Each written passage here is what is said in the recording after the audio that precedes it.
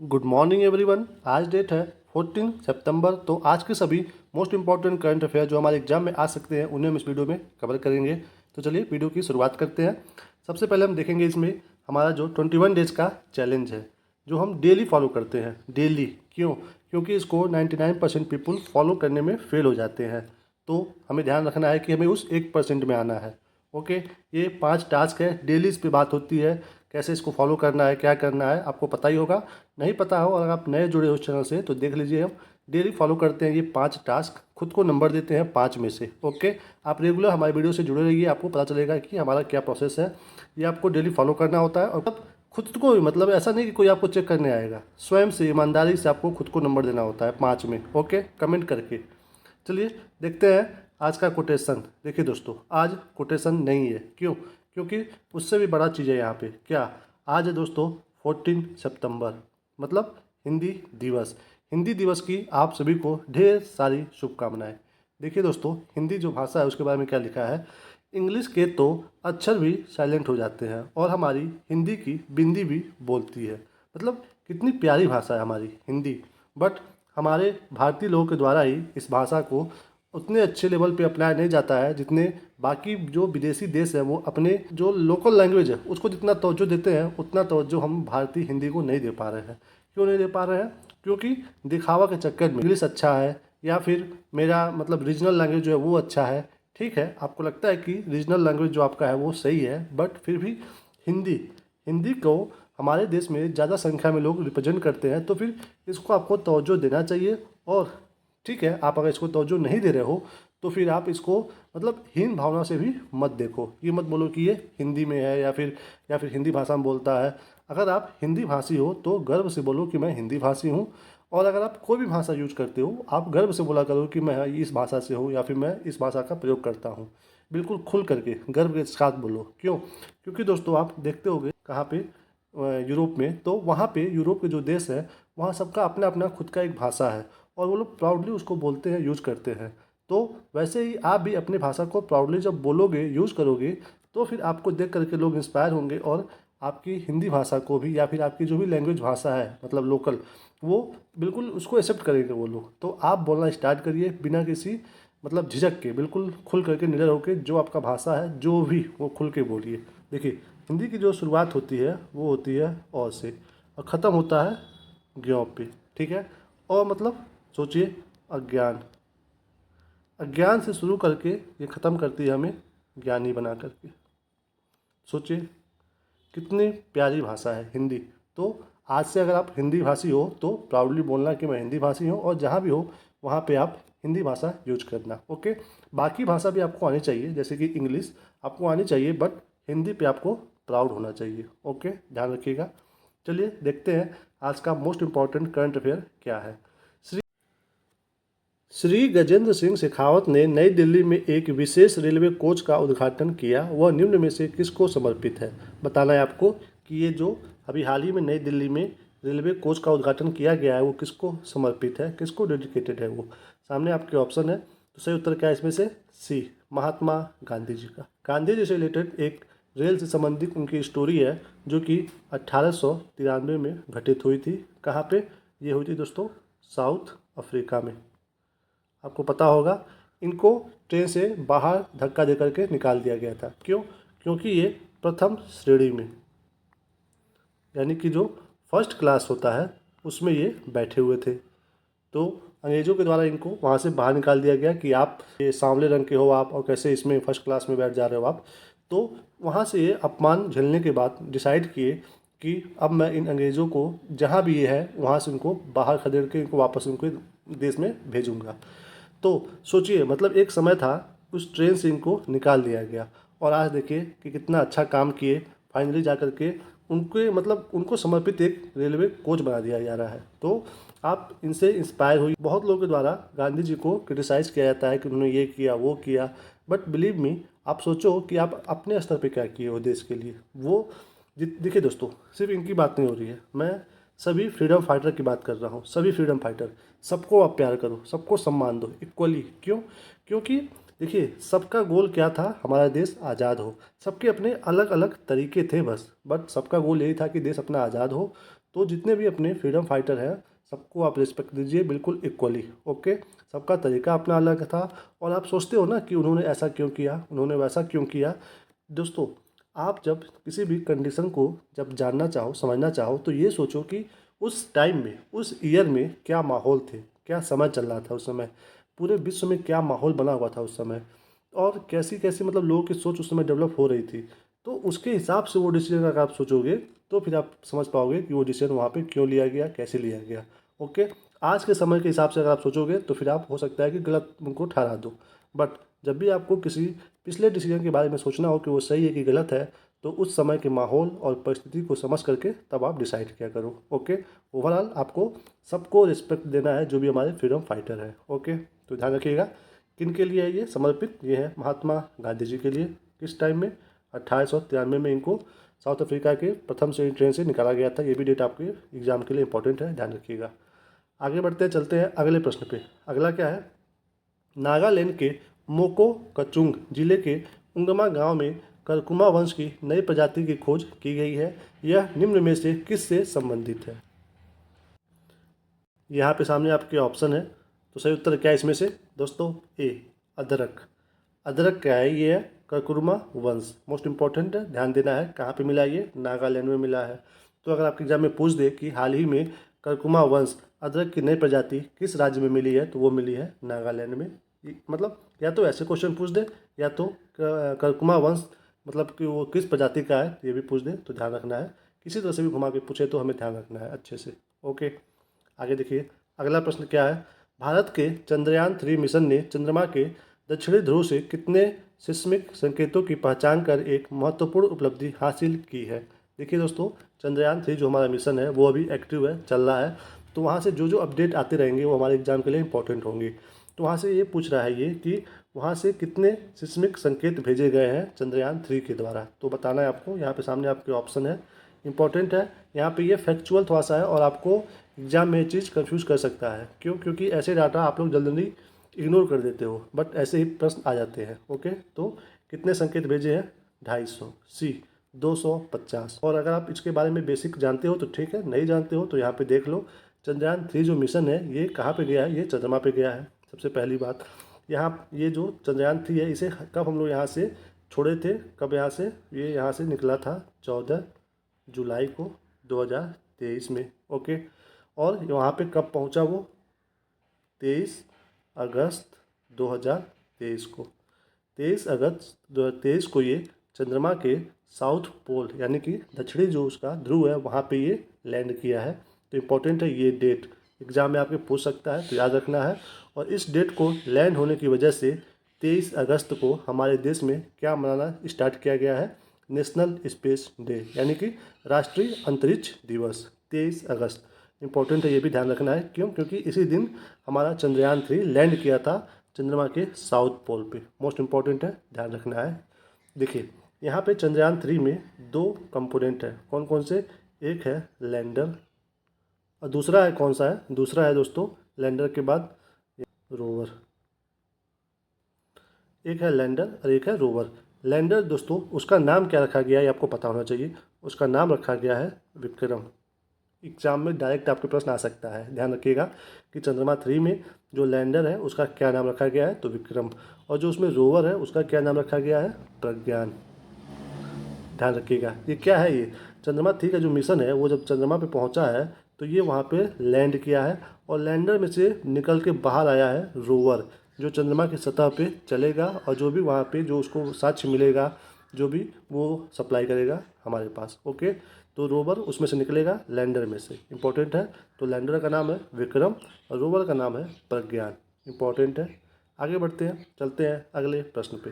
अगला क्या है, नेचर जनरल में हाल ही में पब्लिश हुई एक रिपोर्ट के अनुसार कौन सा देश विश्व में सबसे अधिक प्लास्टिक प्रदूषण करता है। बताना है आपको सिंपली भाषा में कि हाल ही में जो रिपोर्ट आई है उसमें मतलब कौन सा देश है जो सबसे ज़्यादा प्लास्टिक प्रदूषण कर रहा है। ओके, तो बताना है, सामने आपके ऑप्शन है, सही उत्तर क्या है इसमें से, ए भारत। भारत दोस्तों अभी हाल ही में जो रिपोर्ट आई है उसमें सबसे ज़्यादा प्लास्टिक प्रदूषण करने वाला देश हो गया है भारत। अभी हमने 2019 में किस डेट को शुरू किए थे हम लोग 2 अक्टूबर 2019 2019 को हमने शुरू किया था क्या, एक मुहिम, प्लास्टिक जो बैन कर रहे थे हम लोग का टारगेट था कि अब लोग 2019 से लेकर के 2022 तक क्या करेंगे, प्लास्टिक बिल्कुल अपने वहाँ देश में बैन कर देंगे। बट वो अच्छे से इम्प्लीमेंट नहीं हो पाया। कुछ दिनों तक बहुत ही अच्छे से मतलब उस पर काम किया गया, खोज खोज करके जहाँ पे प्लास्टिक मिल रहा था दुकानों पे वहाँ पे उसको लेकर के सील किया गया। बट क्या हुआ, 2022 में टारगेट था कि ख़त्म करना है और 2024 में रिपोर्ट आ रही है कि सबसे ज़्यादा प्लास्टिक प्रदूषण कहाँ पे हो रहा है, भारत में हो रहा है। तो इस पे हमें सोचना चाहिए और एज ए देश के नागरिक हमें भी अपने स्तर पे कोशिश करना चाहिए कि हम कम से कम प्लास्टिक यूज करें, कम से कम। देखिए हमारी सरकार क्या कर रही है वो तो ठीक है, वो अपना काम कर रही है। हमें एज ए सिटी हमें अपनी ओर से जितना एफर्ट हो सकता है वो लगाना चाहिए कि हम अपने स्तर से कोई गलती ना करें। सरकार जो नियम लगा रही है, जो वो चीज़ करवाना चाह रही है वो तो ठीक है, वो उसकी बात है, वो इम्प्लीमेंट कैसे कर रही है वो जाने। बट हम एज ए सिटीजन क्या कर रहे हैं वो हमारा भी एक कर्तव्य बनता है एक देश के नागरिक होने के नाते। तो आप अपने स्तर से कोशिश करिए कम से कम प्लास्टिक यूज़ करने का। ओके, तो कौन है सबसे ज़्यादा प्लास्टिक प्रदूषण करने वाला देश, वो है भारत। अगले प्रश्न पे चलते हैं। अगला क्या है, भारतीय सेना और किस देश की सेना के बीच संयुक्त सैन्य अभ्यास अल नजा शुरू हुआ है। कौन सा सैन्य अभ्यास है ये, अल नजा। तो बताना है आपको। देखिए दोस्तों मोस्ट इंपॉर्टेंट है क्योंकि अभी हाल ही में शुरू हुआ है। तो जैसे मतलब हमारे एग्जाम के पास में जैसे ही कोई नया एक्सरसाइज होता है वो हमारे एग्जाम के लिए इंपॉर्टेंट हो जाता है। तो ये दोस्तों आपके सामने ऑप्शन है, सही उत्तर क्या है, सी, ओमान। ओमान के साथ हो रहा है ये अल नजा सैन्य अभ्यास, भारत और ओमान के बीच में, इंपॉर्टेंट है। आगे बढ़ते चलते हैं अगले प्रश्न पे। अगला क्या है, केंद्रीय मीठा जल जीव पालन अनुसंधान संस्थान शिफा में किस केंद्रीय मंत्री ने रंगीन मछली मोबाइल ऐप लॉन्च की है। ओके, बताना है आपको रंगीन मछली मोबाइल ऐप किसके द्वारा लॉन्च किया गया है। तो सामने आपके ऑप्शन है, तो सही उत्तर क्या है, डी, राजीव रंजन सिंह जी। कौन है ये दोस्तों हमारे भारत के मत्स्य पालन, पशुपालन एवं डेयरी मंत्री। कौन, राजीव रंजन सिंह। ये हमारे भारत के मत्स्य पालन, पशुपालन एवं डेयरी मंत्री हैं। तो इनके द्वारा कहाँ पे, केंद्रीय मीठा जल जीव पालन अनुसंधान संस्थान। दोस्तों ये भी आपको पता होना चाहिए कि ये है कहाँ पे, ये है भुवनेश्वर में है। कहाँ पे है, भुवनेश्वर में, यानी कि उड़ीसा में है। कहाँ पे है, उड़ीसा में है, भुवनेश्वर में है। क्या, केंद्रीय मीठा जल जीव पालन अनुसंधान संस्थान। मोस्ट इंपॉर्टेंट है, न्यूज़ में है तो इम्पोर्टेंट हमारे एग्जाम के लिए। तो वहीं पे लॉन्च किया गया है किसके द्वारा, हमारे देश के राजीव रंजन सिंह जो कि मत्स्य पालन पशुपालन एवं डेयरी मंत्री हैं। आगे बढ़ते हैं, चलते हैं अगले प्रश्न पे। अगला क्या है, हाल ही में treasures of the Gupta empire पुस्तक का विमोचन हुआ है। इस पुस्तक के लेखक कौन है, किस पुस्तक की बात हो रही है, treasures of the Gupta empire. तो इस पुस्तक के लेखक कौन है आपको बताना है। सामने आपके ऑप्शन है, तो सही उत्तर क्या है इसमें से, सही दोस्तों ए, डॉक्टर संजीव कुमार जी। डॉक्टर संजीव कुमार जी के द्वारा लिखा गया है treasures of the Gupta empire पुस्तक। दोस्तों अभी हम आज अपने चैनल पे अपलोड करेंगे गुप्ता एम्पायर मतलब गुप्त साम्राज्य के बारे में। हमारा जो डेली क्लास चलता है उस पर हम आज गुप्त साम्राज्य के बारे में आपको पढ़ाएंगे, अपलोड करेंगे वीडियो। तो अगर आपको गुप्त वंश के बारे में, गुप्त शासक लोगों के बारे में जो इंपॉर्टेंट क्वेश्चन बन सकता है वो जानना हो तो आप हमारे चैनल को सब्सक्राइब कर लीजिएगा, क्योंकि हम इसमें वीडियो डेली अपलोड करते रहते हैं जिसमें हम आज टॉपिक अपलोड करने वाले हैं गुप्त साम्राज्य। ओके, यानी कि गुप्ता एम्पायर। तो इनके ऊपर कौन पुस्तक लिखा है, ये डॉक्टर संजीव कुमार जी। आगे चलते हैं अगले प्रश्न पे। अगला क्या है, किस राज्य सरकार ने वर्दीधारी सेवाओं में पूर्व अग्निवीरों के लिए 10% आरक्षण और आयु में 3 वर्ष की छूट देने का निर्णय लिया है। बताना है आपको किस राज्य के द्वारा ये डिसीजन लिया गया है कि जो भी अग्निवीर के जो रिटायर होंगे 10% आरक्षण दिया जाएगा और 3 वर्ष का उनको छूट दिया जाएगा। ये आपको बताना है। सामने आपके ऑप्शन है, तो सही उत्तर क्या है इसमें से, डी, उड़ीसा। उड़ीसा राज्य सरकार के द्वारा ये बहुत ही अच्छा, बहुत ही प्यारा कदम उठाया गया है। तो हमारे एग्जाम के लिए भी ये इंपॉर्टेंट हो जाता है। आगे बढ़ते हैं, चलते हैं अगले प्रश्न पे। अगला क्या है, शहरी क्षेत्र के सभी प्राथमिक स्वास्थ्य केंद्रों में आयुष सेवाएं देने वाला देश का पहला राज्य कौन बना है। क्या कह रहा है ये, देखिए शहर के, पहली बात शहर के सभी प्राथमिक स्वास्थ्य केंद्रों पे आयुष जो सेवाएं हैं वो देने वाला देश का पहला राज्य कौन बना है, ये आपको बताना है। सामने आपके ऑप्शन है, तो सही उत्तर क्या है इसमें से, बी, मध्य प्रदेश। चलते हैं अगले प्रश्न पे। अगला क्या है, 45वें फीडे शतरंज ओलंपियाड के पहले दिन भारत ने ओपन वर्ग में किस देश को हराया है? बताना है आपको। फीडे शतरंज ओलंपियाड में भारत ने किस देश को हराया है? ओके, आपको बताना है। सामने आपके ऑप्शन है। सबसे पहले आपको ये पता होना चाहिए कि ये फीडे शतरंज ओलंपियाड हो कहाँ पे रहा है। ये दोस्तों हंगरी की राजधानी बुडापेस्ट में हो रहा है। हमने आपको पिछले वीडियो में करंट अफेयर में बताया है। तो वहाँ पे जो ये चल रहा है फीडे शतरंज ओलंपियाड, इसमें भारत ने हराया है किस देश को, ये आपको बताना है। सामने आपके ऑप्शन है। तो सही उत्तर क्या है इसमें से? सही दोस्तों बी, मोरक्को को हराया है 4-0 से। 4-0 से हराया है मोरक्को को। देखिए मोरक्को को जब ये हराया है तो 4 प्लेयर हमारे भारत के कौन कौन हैं जिन्होंने हराया है, देख लीजिए। सबसे पहले हैं आर प्रज्ञानंद जी, उसके बाद अर्जुन एरिगैसी जी। तीसरे प्लेयर कौन है? तीसरे प्लेयर हैं विदित गुजराती। और चौथे प्लेयर कौन है यहाँ पे? पी हरि कृष्णा जी। तो आर प्रज्ञानंद, अर्जुन एरिगैसी, विदित गुजराती और पी हरि कृष्णा, ये 4 नाम आपके एग्जाम के लिए इंपॉर्टेंट है। अगर आपको ये कोई भी नाम एक दे दे और पूछे कि इनका संबंध किस खेल से है तो वो है दोस्तों शतरंज के प्लेयर। इंपॉर्टेंट है, ध्यान रखिएगा। तो किसको हराया है भारत ने? मोरक्को को। इंपॉर्टेंट है। और यहीं पे जो महिलाओं की जो प्रतियोगिता हो रही थी महिलाओं की, उसमें भी अपना प्यारा देश भारत जीता है।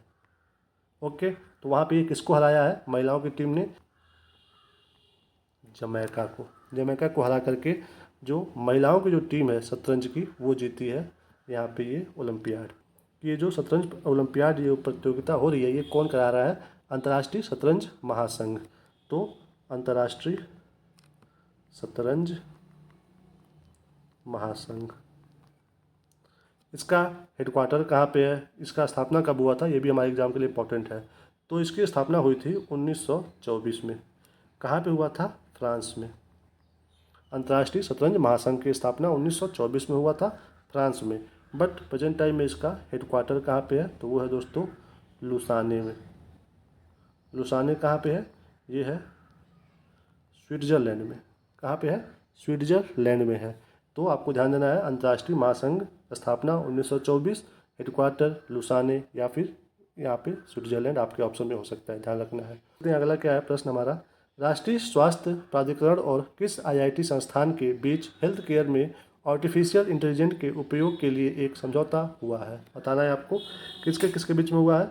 राष्ट्रीय स्वास्थ्य प्राधिकरण और किस आईआईटी के बीच में ये हुआ है समझौता, बताना है। किस चीज़ को लेकर के? हेल्थ केयर में एआई को लेकर के उपयोग जो हो सकता है।